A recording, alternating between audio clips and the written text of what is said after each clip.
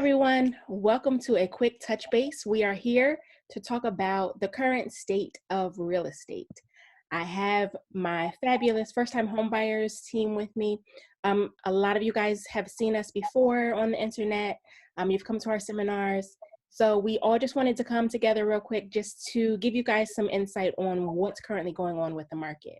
So Noelle, I have here, she is with Genex Funding. Noelle, could you give us just a quick update on what's going on in the market, what you're seeing from the mortgage standpoint? Absolutely. So the guidelines are getting a little strict as of late because there's a lot of COVID-19 overlays. And what I mean by that is, for example, FHA loans, we used to have a minimum credit score requirement at a 580. Now they have it at 640, which makes it pretty difficult for some people that were already approved because they were being approved on the 580 credit score. It's not that big of a problem because credit is one of the easiest things to fix. However, it does make it a little difficult for people who are starting out at a 580 and then it just changes out of nowhere. The guidelines are changing quickly every day. Something that's today could be different tomorrow. I've been getting a lot of questions about deferment and forbearance, like what's the difference? So basically, deferment is just deferring your loan. An example, you could push it off 90 days, and then it would be towards the back end. And what I mean by that is if you have a 360-month mortgage, if you're on a deferment status, you're now at like 363 months. Whereas forbearance, they'll allow you to push it off, but when the forbearance is up, you're going to have to pay a big chunk of it, or a balloon payment, which could be pretty kind of crazy to go into and pay all at once. But some mortgage and lenders, like mortgage servicers and lenders, are a little more generous. So the best advice I could give is to contact your specific servicer and lender and see what options and everything that's available to you. I would definitely ask them what the guideline, what everything is in it, so you don't get yourself into a forbearance trap. For the people that are currently owning a house and paying a mortgage and looking to get into a new one, remember, if you currently are on forbearance, it's going to be hard to get approved if you're in a forbearance status with your mortgage. So you're going to have to pay that before you proceed on the new mortgage. What other questions do I get? Have you been getting any questions, Katie? That's the biggest question and insight that I've been giving people in terms of the everything that's going on has been specific to the forbearance and the deferment. A lot of people I've seen, they at the beginning of this just jumped into, oh, I can't pay my mortgage this month, so what can I do? And a lot of people aren't asking the important questions in terms of when this deferred payment, if you will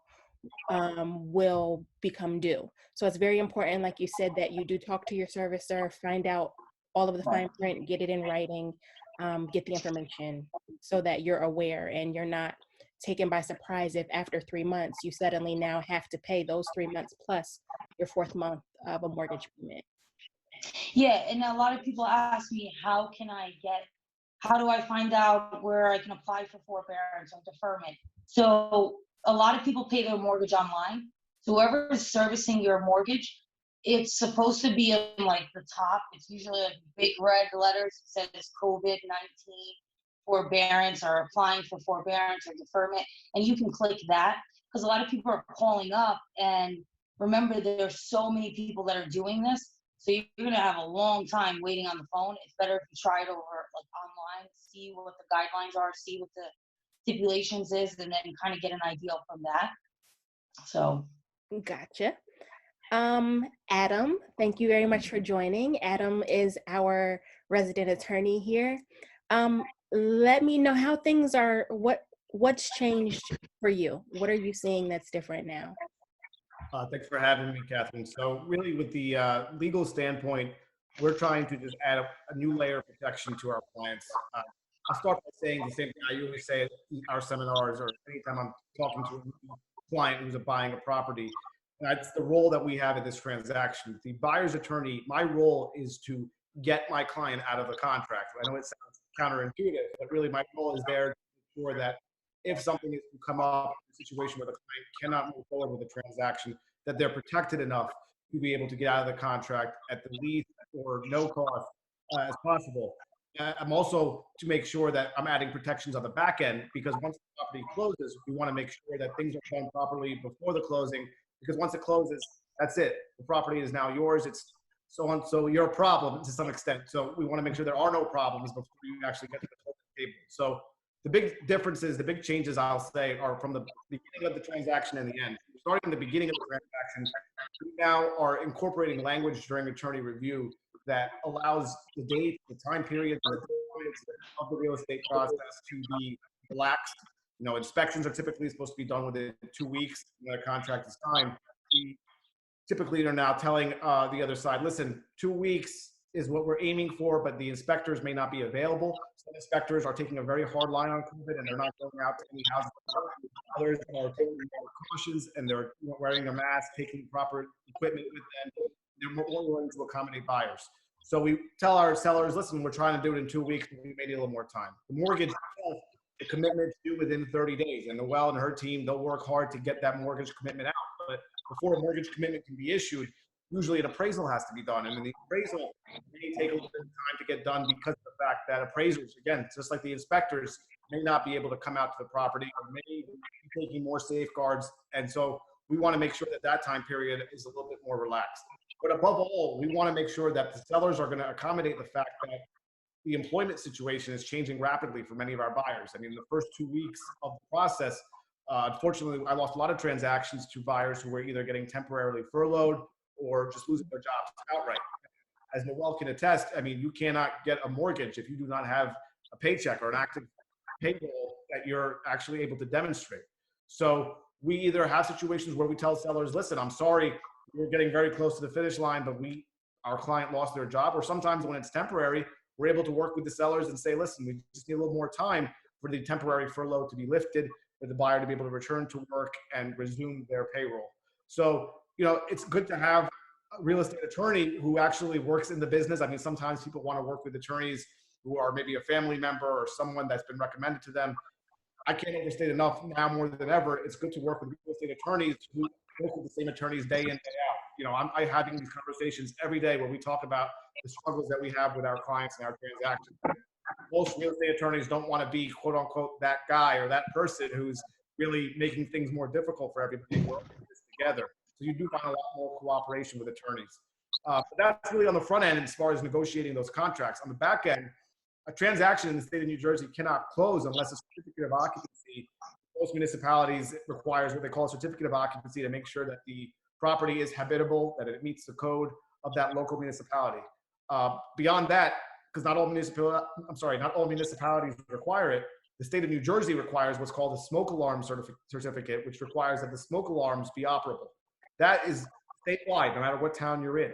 So we cannot legally allow our clients to close on property unless both the CO and both the smoke certifications have been obtained. So there are some delays in getting there. Unfortunately, you know, some municipalities are working at a much slower pace to reopen. They are taking a lot longer to schedule things.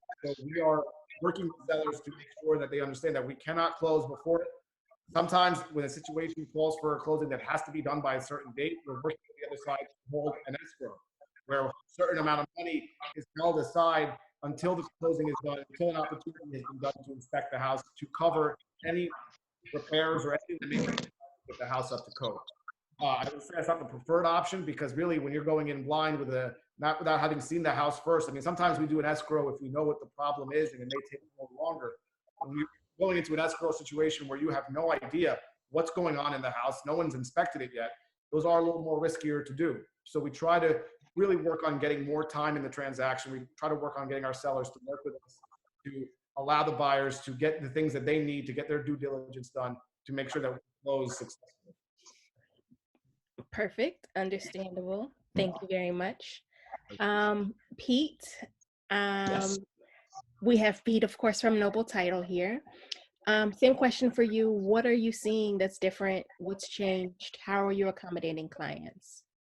Hello, everyone. Thank you for having me, Catherine. Of course. So in the beginning, I'll touch on some things that have changed from the front end as far as getting title ordered and making sure liens are cleared, and giving title policies out.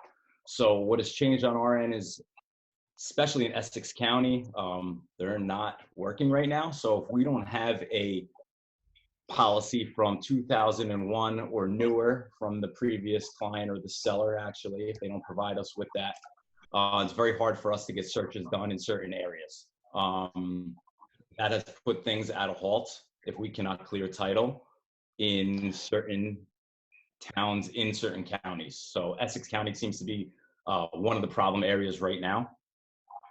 Everywhere else seems to be up and running. Some stuff is delayed slightly, but almost everywhere else is operational, and we can get things almost as fast as we used to pre-COVID. So we're still closing. Our closing procedure, as far as the back end is concerned, we're doing whatever the client or the buyer is comfortable with, whether that be closing with a screen, masks. At our office, we're handling a lot of the closings. And then if the property happens to be vacant, we have closed some at the property. If the buyer wants to do that, because nobody's been in the property, it's been empty. So we've done that. And then we've done some drive-by type closings where we'll leave the package with the client. We'll stay outside, do a FaceTime type of thing where if we can go over the package with them while they sign, just being in a separate room, or whether it be in the car or the room over. So it's all a matter of what the client is most comfortable with, and we will adapt and make sure that everything is done as safely as possible. So other than that, everything has pretty much been operational and business as usual. So minor hiccups here and there, which hopefully will be worked out, and other things are going to hopefully start opening up in the next few weeks. The issues we're having should be resolved, and hopefully back to normal soon. Yeah. Okay. And Essen, our fabulous insurance, independent insurance contractor, what are you seeing? How are things going for you? Thank you, Catherine. So things are pretty much more or less very similar. It just need to kind of start acting a little bit sooner. Like typically when someone's looking for a homeowner's insurance policy, typically the lender wants it about 1 week before the actual closing. I've been seeing lenders been asking for a copy of the declaration page and paid in full receipt, sometimes a few weeks before. I had a lender ask for 5 weeks before the closing, which I thought was extreme, but I'm noticing those kinds of things that they're asking for documentation earlier on. So definitely want to start shopping for homeowners insurance policies earlier. The other thing that I'm seeing is, before you do your closing, you have your regular inspection, but after you purchase the property, the insurance company does their own separate inspection on their own, usually in about like 30 days before.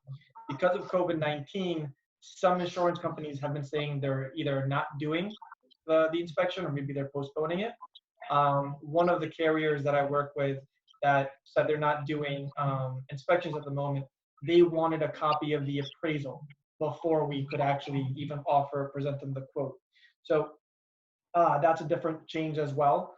And the other thing, a question that I get asked pretty often is sometimes people who have, maybe a multifamily and they rent it out and their tenant's not paying them insurance. They've been asking me, well, if my tenant's not paying me rent, is that covered under my homeowner's insurance policy? Unfortunately, the answer is no. It does cover loss of rents in time of a covered claim, but in the event because they're just unable to pay or because of the government shutdown, that's not one of the criteria that's covered under the insurance policy. So I wanted to throw that out there too, because it's a question that I've been getting asked a lot. And the other thing I'll say is for any property that's in a flood zone and needs a flood insurance policy, there's the National Flood Insurance Program, which is a flood insurance program that is operable for anyone who's in a special flood hazard area, zone A, AE, and a few others as well. And then there's private flood insurance companies too. Some lenders have not been accepting the private flood insurance. And sometimes it happens that somebody's looking for a flood insurance quote and maybe the NFIP program is very expensive. But if you shop the private market, there's been times I've been able to save a client over maybe $1,000 to $2,000 sometimes in the flood insurance. So that's the other question that you just want to ask earlier on, is can I shop for a private flood insurance company if you're in a flood zone? Or is the NFIP the only option to go with? Because if you're getting closer to the closing, it's happened once before that the lender said, no, we're not taking private, it has to be NFIP. We had to get that done within 2 days before closing, and the rate went up about $1,500 for the year. So it can be, a very nerve-wracking time for the client, or maybe potentially even kill your deal. So I would just tell people, as you're looking to buy a home, maybe start shopping for homeowners insurance quotes earlier on. Within 30 to 60 days, those quotes are always going to be valid. So if anyone does have any questions or needs help, the quote's completely free. And some of the carriers will offer you a quote now within sometimes not even 2 minutes. We can have a few quote options for you too. So that's something that I've been trying to get people who are looking to buy, maybe even right before you're actually in contract. Just give me a call and we can shop for a home quote. So this way you have a good understanding of what's going on. Thank you very much. Thank you, Catherine. So just real quick for the changes that I've been seeing, our normal process of actually going out, taking clients out, showing them houses. I personally have been doing a lot more of virtual showings. I will contact my clients via FaceTime, Skype, whatever method they use, Facebook. If they're not able to use any of those, I've even gone and done video. I'll text the video over and then just let my clients either tell me, show me more of the ceiling, show me wherever it is that they want to see. I've been doing a lot of that. The same thing as far as open houses. So we're not really doing open houses right now, but again, everything for me has basically been virtual. I had a client who she put an offer in on a house based solely off of the video and the pictures that were online. We're doing a lot of things. It's called Matterport. It gives you like a 3D version of the house. So you feel like you're in the house. You can walk through the house and do a tour of the house. One question and this is all strictly opinion, guys. I don't want to keep you guys long, so I'll close with just this question. What exactly do you guys think the new normal will be? Because I don't know how much it will change for each of you individually, but I know for us, as far as the realtors, I don't see things going back to 100% the way they were. I think that we're going to be more of a virtual, for me anyway, I'm going to take my business in more of a virtual path. So I'll still be doing, virtual showings. It's more convenient for clients from time to time. Hopefully we can still go back to open houses because I do love open houses. I love, interacting, meeting new clients. But what do you guys think will be sort of your new normal once we come out of this?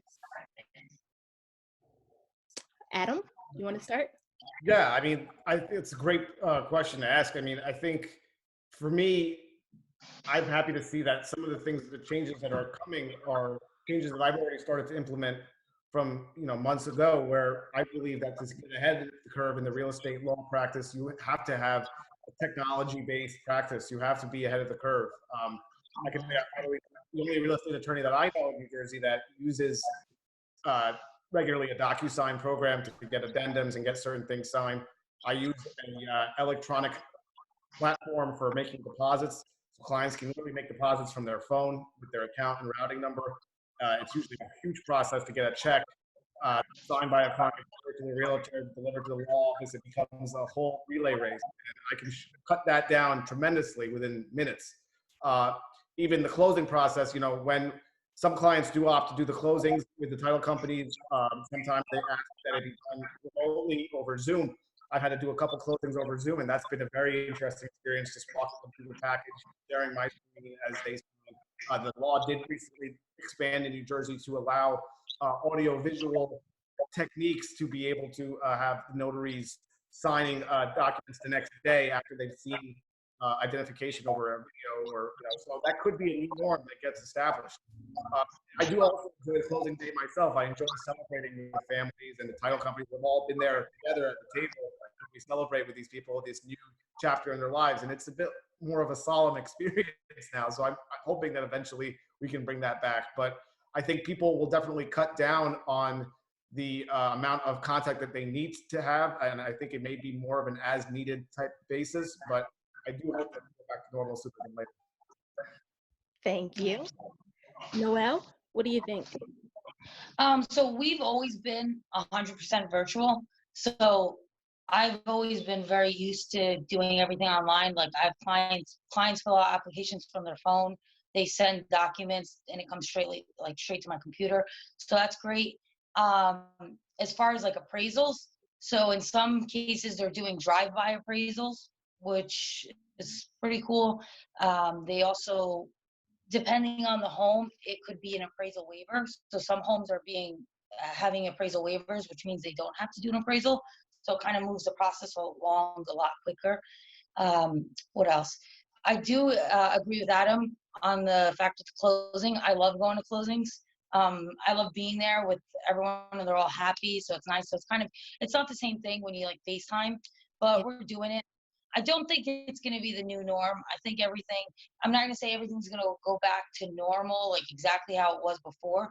But a lot of people, I've been getting a lot of clients that are telling me, oh, I'm just going to wait. I'm going to wait until all this dies over, and then I'm going to look for homes, or then I'm going to but the way I see it is, if 90% of the country is unemployed, if so many people are unemployed and you are employed, and you meet the credit requirements, shouldn't that give you an upper hand? Wouldn't that make you like, so when they go in and put offers in, I call the listing agent. It's something, when the realtors let me know they had an offer put in, I'll call and let them know, like, we ran it through an underwriting system.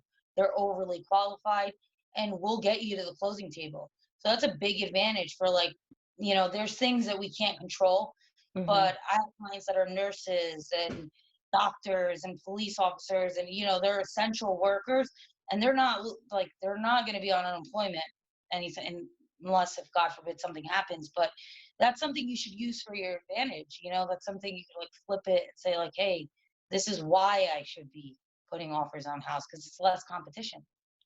Right. Yeah. So I agree with you 100%, especially if you have experienced, again, pre-COVID, if you've experienced the whole bidding war, now is a perfect time. I have several clients we've put offers in. We have not had that pushback. We're moving forward. We're going through inspections. So now is, you're 100% correct, a great time to buy. And it's funny because I had a client that put an offer in pre-COVID, and they went with one that was 15,000 over, but he couldn't do that. And now I guess that fell through because the person is on furlough and can't close by the date that they want. And they came back to my client and said, hey, they came to the realtor and said, hey, is he still interested? Absolutely, he's still working. So now he's getting something at the offer he was putting in originally, which was the listing price, and not going all over because of the bidding war. So it could be used. There's always a positive in every situation. Right? Yes. Essen, what do you think? I agree with you, Catherine. I think things are going to start going more digital and more virtual than before. I think once this kind of calms down, we'll have more things going on. But I think in general, there will be more virtual. I've been doing Zoom meetings for clients to go over their insurance policies with them. We've been doing DocuSign already for insurance policies and taking payments and stuff like that. And part of what I'm going to be doing a little bit more is more kind of like these Zoom meetings as well, but more educational related to knowing what kind of questions to ask when someone's shopping for homeowners insurance.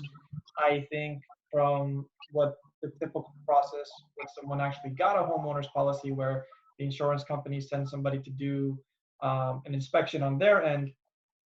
I don't know if every carrier is going to start doing that, but I do recommend to everyone that the National Associations of Insurance Commissioners, they actually have an app that, so in case a company doesn't come and do an inspection and doesn't see what your house actually looks like, you can actually inventory your belongings in your house all on the app. It's a free app that's made by them, but I think maybe even more so now is a good time to do that, because God forbid there's a fire, God forbid there's something and your belongings are lost, at least you had all that information saved in there before.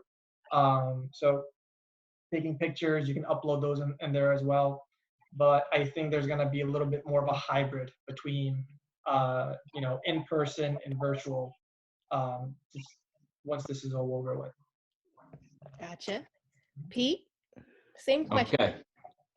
I think mostly what we're already starting to see a little bit of as far as the closing process is concerned. I know, and Noel can tell you that when the mortgage company sends out the disclosures initially, probably 99% of the time they're electronically signed and automatically sent right back to the lender.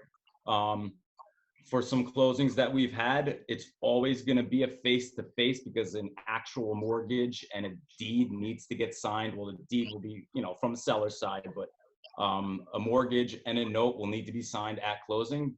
But what is starting to happen now is all the other 100 pages that need to be signed as well are being done electronically, either the morning of closing or the night before. That way, when we have the in-person meeting, it's only for a few minutes. The contact is minimalized, and you're in and out of there. So some of them are starting to go, some of the banks are starting to go that direction, and I hope to see a little more of that, so we can still have some face-to-face and the celebration in the end and the happy time, but cutting the closing down from an hour to 5 minutes, 10 minutes would be fantastic. Understandable. So thank you guys so much for hopping on this call. I'm thanking you on behalf of all of the people that are going to watch this. I'm sending this out to all of our attendees from our seminars as well. Great information for everybody that's going to be buying, and I appreciate all of you. I want you all to stay safe and have a great rest of your day. Same to you. Thanks so Thanks, much, Catherine. guys. Bye, guys. Take care. Bye.